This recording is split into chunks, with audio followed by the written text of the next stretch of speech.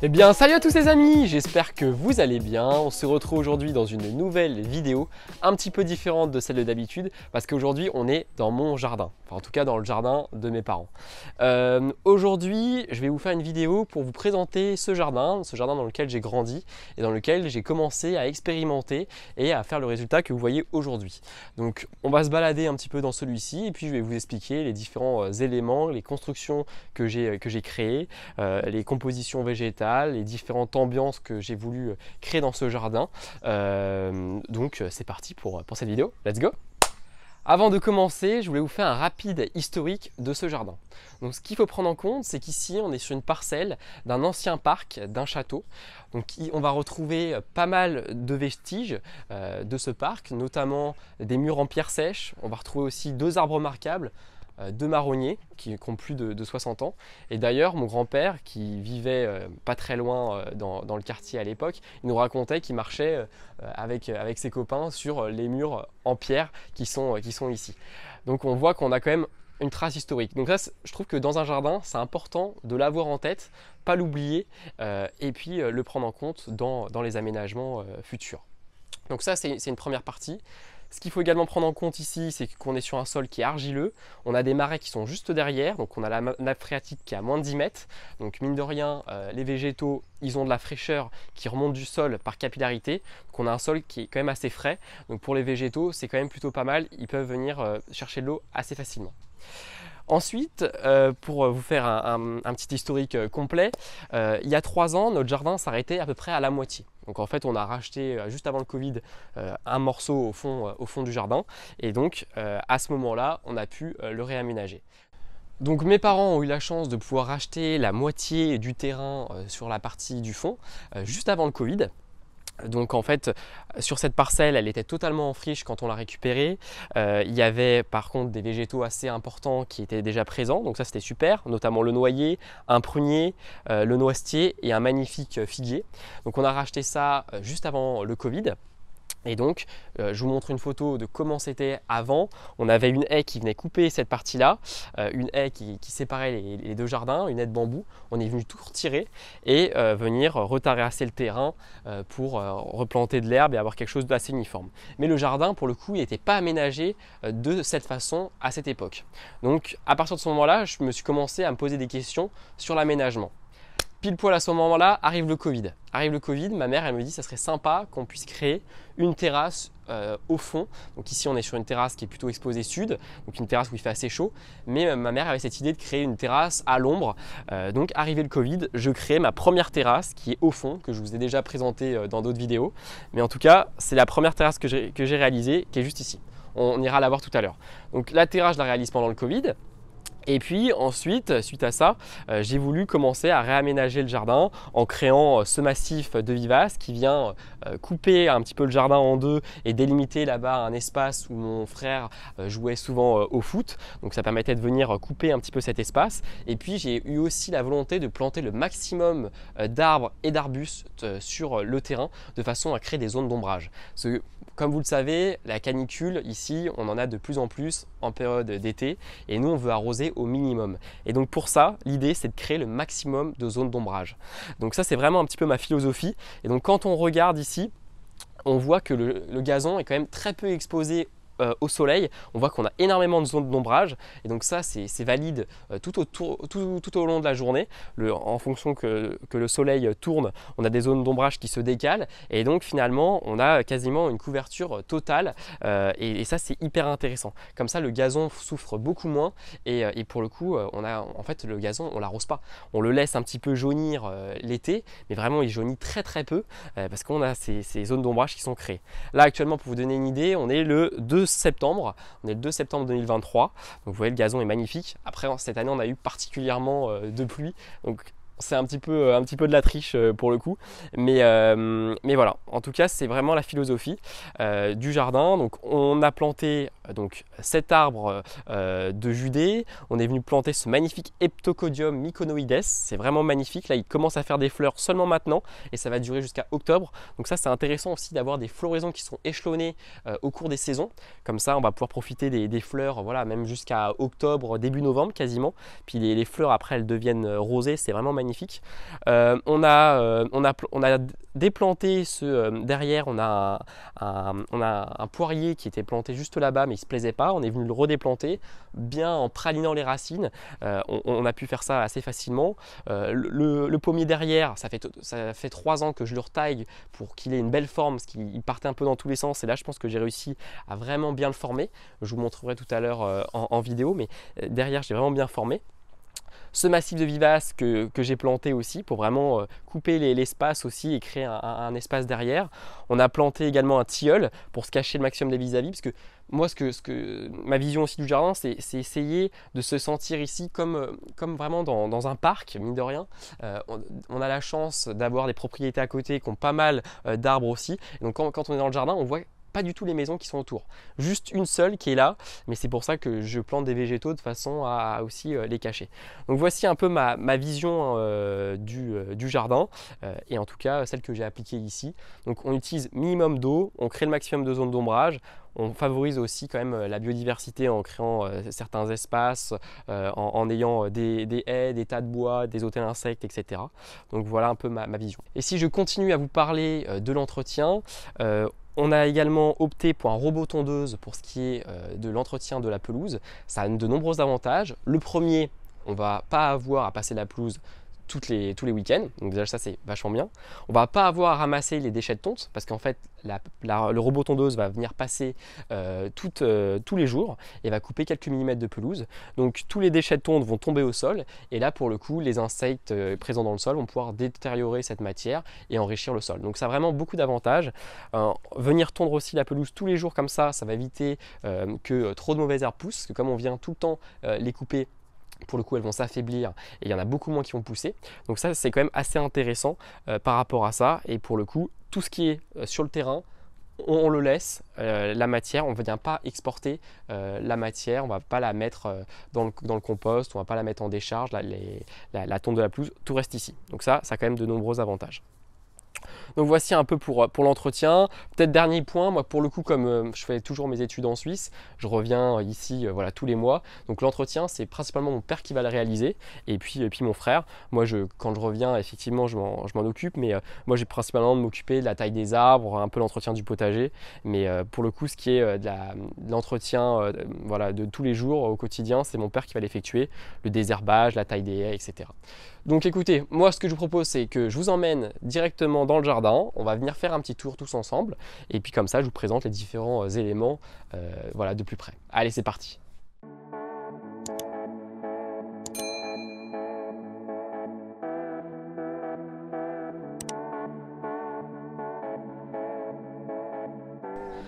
Donc pour commencer, voici le potager avec le coin barbecue juste à côté. Comme ça, on peut très facilement prendre les herbes aromatiques et puis les utiliser ici. Donc là, il y a un petit abri avec les petites rondelles de bois. Je trouve que ça rend super sympa.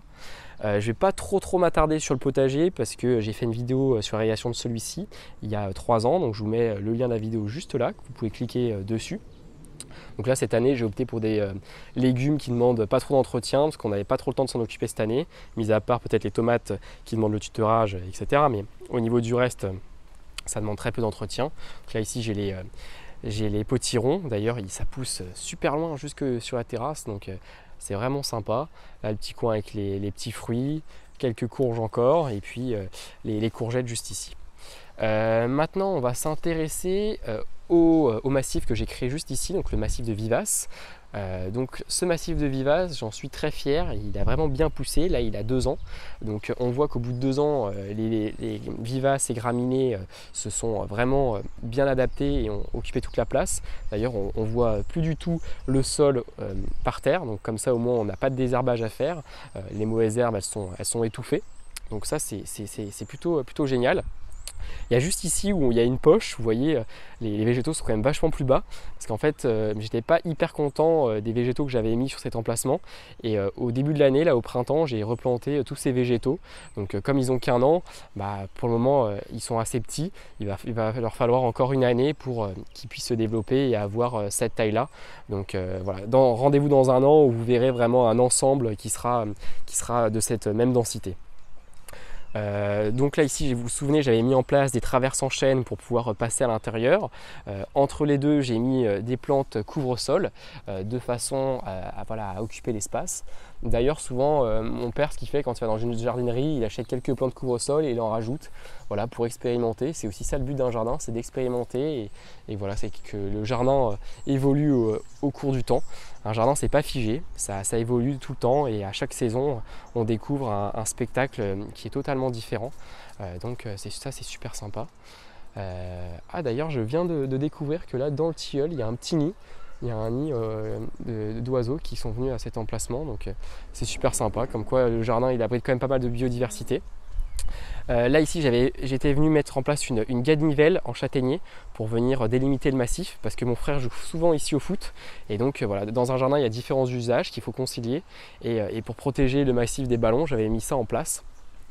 Là maintenant on arrive sur voilà, le fond du jardin, donc ici on va avoir le compost avec l'armoire pour ranger les outils. J'avais déjà fait une vidéo sur celui-ci, je vous mets le lien juste au-dessus. Donc n'hésitez pas à aller voir. Et là le compost, ça c'est hyper important d'en avoir un. Nous voilà, tous les déchets du jardin, les tailles de végétaux, les petites branches qu'on vient broyer, voilà, les feuilles, tout ça on met à l'intérieur. Et même les déchets de la cuisine. Ma mère, je vais obliger de lui mettre un petit seau dans la cuisine et puis toutes les épluchures, le marc de café, elle le met dans le seau et on vient jeter ça systématiquement à l'intérieur. Et vraiment ça se décompose très très bien.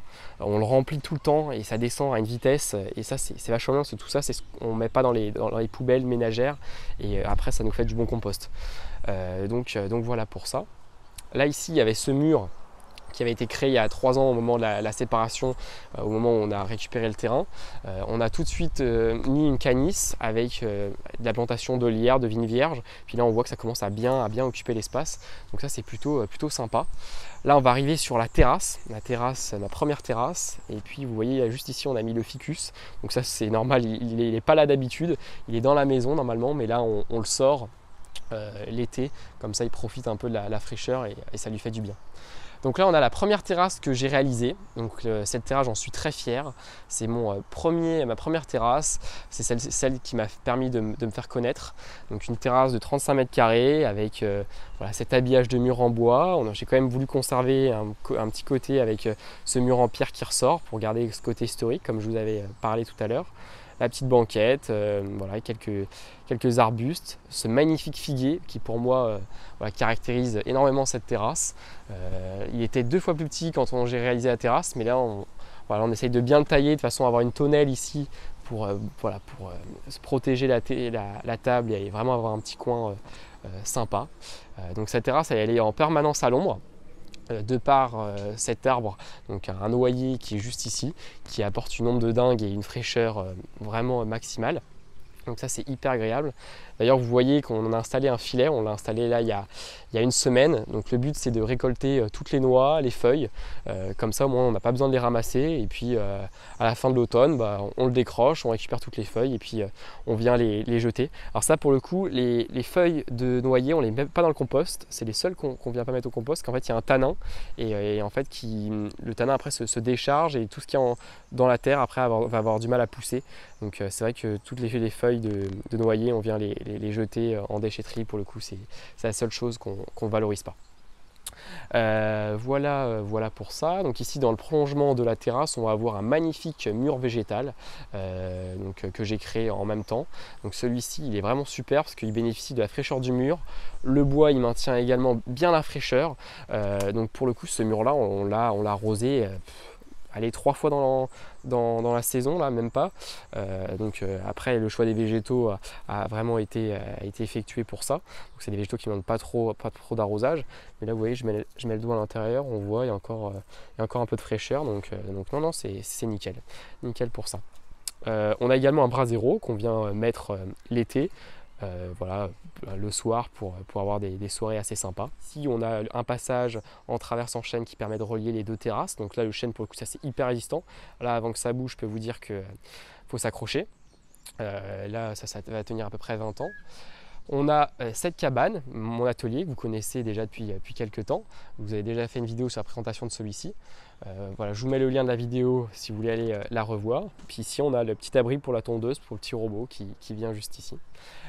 Par rapport aux arbres qu'on va avoir dans le jardin, on va également avoir ce beau sujet. Donc celui-ci c'est un genévrier, il est vraiment magnifique.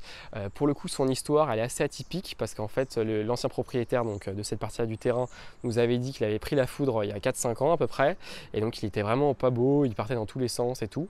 Et moi je voulais le couper au départ et il y a un de mes profs, pour pas le nommer Fabio, qui était venu, qui m'avait dit ouais Théotime c'est dommage, c'est un arbre qui a une croissance extrêmement lente et donc ça serait dommage de le couper. Coupe ces branches là et puis il voit peut-être que la forme va être sympa, il va peut-être bien reprendre et effectivement il avait raison et aujourd'hui on est vraiment super fiers de cet arbre là parce qu'il a vraiment une forme qui est atypique et il se développe bien. C'est vrai que tous les ans il doit prendre 30 cm de feuillage et puis l'avantage c'est qu'il est persistant quoi. Donc ça c'est génial. Et ben écoutez on va continuer un petit peu, on va prendre ce petit chemin en traverse. Là on va redécouvrir donc cet arbre là, donc c'est le pommier donc, que j'avais retaillé parce qu'il n'était pas très beau à l'origine. Là j'ai retiré la branche au milieu et puis là il a une belle forme avec ses 3 branches. Je trouve que ça rend super bien. Voilà pour ça. Là j'avais planté aussi donc ce tilleul là pour vraiment se cacher vis-à-vis de la maison. Celui-ci on va le tailler en espalier en fait comme ça, de façon à ce qu'il cache après de la terrasse la vue sur la maison. Là ici on a le beau prunier, on a plein de prunes dedans. Vraiment il donne vraiment bien cette année, elles sont super bonnes. Et puis voilà, là le petit poirier qu'on avait déplanté, on l'a bien praliné, il a bien repris parce qu'en fait il était vraiment contre le mur là-bas. Et donc il était à moins d'1 mètre et c'était important vraiment de le replanter à un endroit où il a toute sa place. Et donc ce qui est important aussi dans le jardin, c'est de venir planter les végétaux les plus grands au fond. Et plus on avance près de la façade de la maison, plus on a des végétaux qui ont un développement plus bas, de façon à ne pas se sentir étouffé et d'avoir vraiment différents niveaux, différentes graduations. Pour terminer sur cette partie arrière de la maison, je voulais vous présenter ce petit massif. Donc ça c'est un test que j'ai réalisé au printemps. Donc c'est un massif de chair ici, de plantes d'ombre. Donc j'avais un peu peur parce que je pensais que avec la concurrence des racines de ce magnifique marronnier, elles allaient avoir du mal, mais finalement elles poussent très bien. Elles étaient beaucoup plus petites. Donc je pense que je vais étendre ce principe-là tout autour de la cabane parce que là ici on a des plantes de terre de bruyère. Donc je vais venir retirer tout ça et créer un beau massif, un bel ensemble. Ça devrait être sympa. Et puis ce qui me semble aussi intéressant dans un jardin, c'est avoir une cohérence des matériaux. Vous voyez là par exemple j'ai des pierres que j'avais réutilisées qui étaient dans la friche, voilà, au bout du terrain il y avait plein de tas de gravats et puis j'avais récupéré tous ces pavés pour faire cette allée. Et je trouve que c'est important de ne pas avoir 36 matériaux dans un jardin, d'avoir une cohérence pour éviter voilà, d'avoir un côté showroom. Et donc c'est vrai que pour ça ici, ça c'est pas top. Là j'ai des pierres bleues vieillies qu'il faut que je retire parce que j'avais pas assez de pierres à l'époque. Et donc là il faut que j'en retrouve des pavés pour vraiment créer une allée, pour créer un ensemble. Donc voilà pour la présentation de cette partie arrière du jardin. Désormais, on se trouve sur la partie avant de la maison. Donc ce que je vous propose, c'est de vous faire un petit tour rapide pour vous montrer dans l'ensemble. Et puis ensuite, on va s'attarder sur certains éléments que je trouve assez intéressants. Donc ici on a l'accès principal à la maison, donc avec le portail, on a de quoi stationner un véhicule. Et puis ensuite on va voir ce mur dont je vous parle depuis le début de la vidéo, ce mur historique en pierre. Et donc on laisse volontairement pousser le lierre dessus de façon à créer un abri pour la biodiversité. Comme ça tous les insectes ils peuvent venir à l'intérieur et ça leur crée un refuge. J'ai également planté 2 arbres fruitiers taillés en espalier. Donc la forme c'est double U, là on voit, tac, un U ici, un deuxième là avec les branches qui partent. Donc celui-ci c'est un pommier et celui-ci un poirier. Donc là, cette année on en a quelques-uns. Je les ai plantés il y a 2 ans, donc voilà, on commence à avoir les premières récoltes, donc c'est plutôt pas mal. Donc là ça se récolte fin septembre. J'ai fait une petite armature d'ailleurs là en Kumaru avec des chutes de bois, comme ça permet de maintenir leur forme et de les tutorer. Voilà pour ça. Là ici on a également quelques poules, on en avait 4 mais là il y en a qui sont mortes, donc on a plus que 2, c'est des petites poules d'ornement. Donc là c'est notre ancienne cabane où on mettait les vélos. Elle a plus de 15 ans et donc maintenant on l'a valorisée pour les poules. Et donc comme ça c'est le poulailler. Pour le coup là, elles sont plus que 2 poules. Là je peux vous dire que ça c'est un poulailler de luxe, hein. Ah, les petites poules d'ornement, elles sont trop contentes.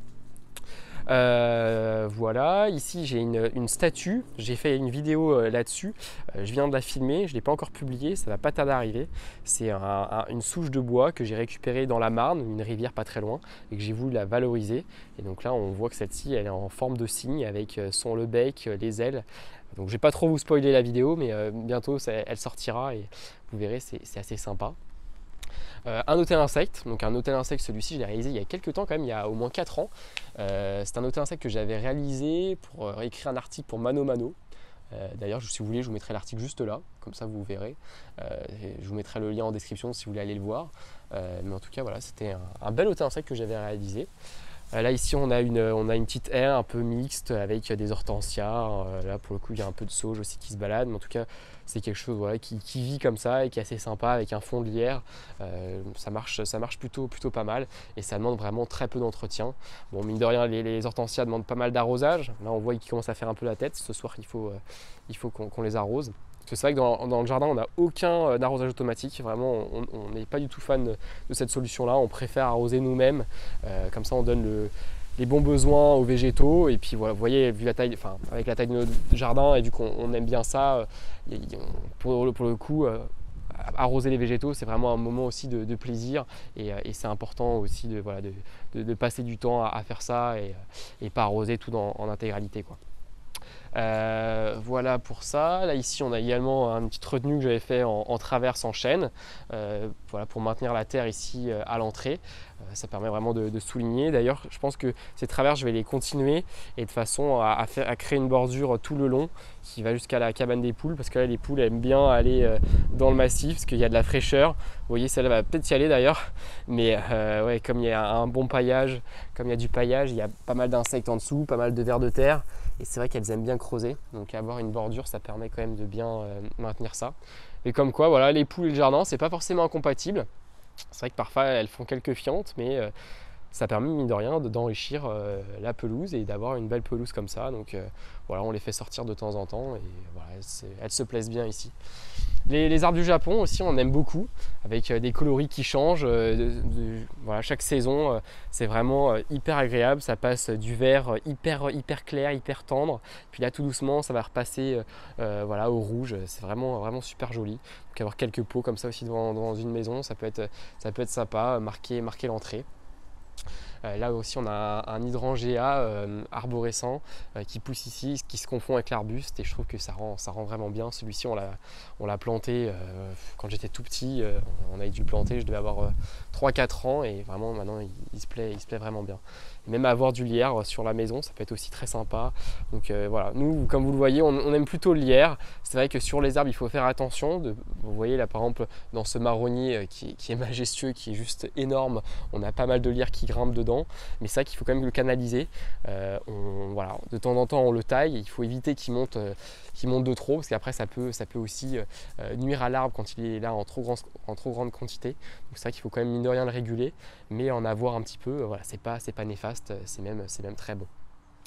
Et d'ailleurs je voulais vous poser une petite question. À votre avis, un arbre comme celui-ci, combien d'eau il évapore dans l'atmosphère chaque jour? Donc là je vais reculer pour que vous puissiez le voir en intégralité.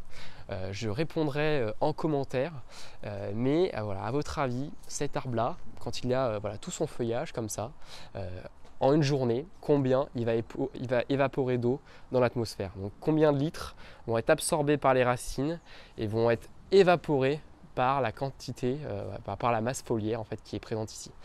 Donc vous allez voir, vous êtes assez étonné du résultat. Mettez-moi tout ça en commentaire et puis je vous répondrai voilà, d'ici quelques jours. Je répondrai aux meilleurs commentaires qui aura trouvé le résultat. Bon, et bien écoutez, je pense avoir fait le tour de mon jardin et vous avoir présenté tout ce qu'il fallait. En tout cas, j'espère que cette vidéo vous aura plu. N'hésitez pas à partager, liker, commenter. Si vous avez des questions, posez-les moi, il n'y a aucun problème. Et puis dernier point sur lequel je voulais revenir, c'est planter des arbres dans votre jardin. C'est hyper important. Je suis souvent étonné, je vais souvent sur des rendez-vous clients ou pour faire des conceptions en fait, de jardin. Et planter des arbres, c'est pas forcément la chose qui leur vient tout de suite à l'esprit. Et je pense que c'est la première chose qu'on devrait faire. Quand on achète une maison, on arrive, on achète un terrain, c'est la première chose à faire. Un arbre, ça met au moins 2-3 ans avant de s'implanter. Et donc, il faut le faire le plus rapidement possible pour avoir de l'ombre, etc. Après, c'est vrai que quand on plante un arbre, on dit qu'on le plante pour les générations futures. Vous voyez, par exemple, la personne qui a planté cet arbre-là, elle est morte déjà depuis quelques temps. Cet arbre a plus de 70 ans.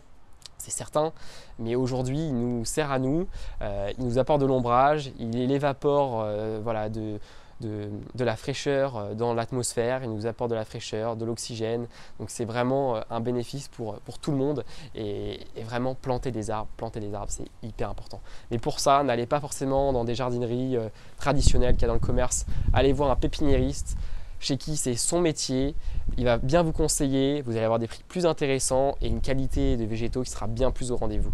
Donc faites ça et vraiment vous en serez super content et ça sera un très bon investissement pour l'avenir. Et bien écoutez, je vous souhaite une très bonne journée. À bientôt, on se retrouve pour de nouvelles vidéos. Là pour le coup, c'est vrai que ces derniers temps, j'ai pas été très présent sur YouTube. J'avais pas mal de chantiers entre les cours, etc. Mais vous inquiétez pas, là pour cette année, il va y avoir encore de belles vidéos qui vont arriver. J'en ai tourné de belles et maintenant il faut le temps de montage qui prend pas mal de temps, mais ça va arriver. À bientôt, bonne soirée à vous et à très vite. Ciao.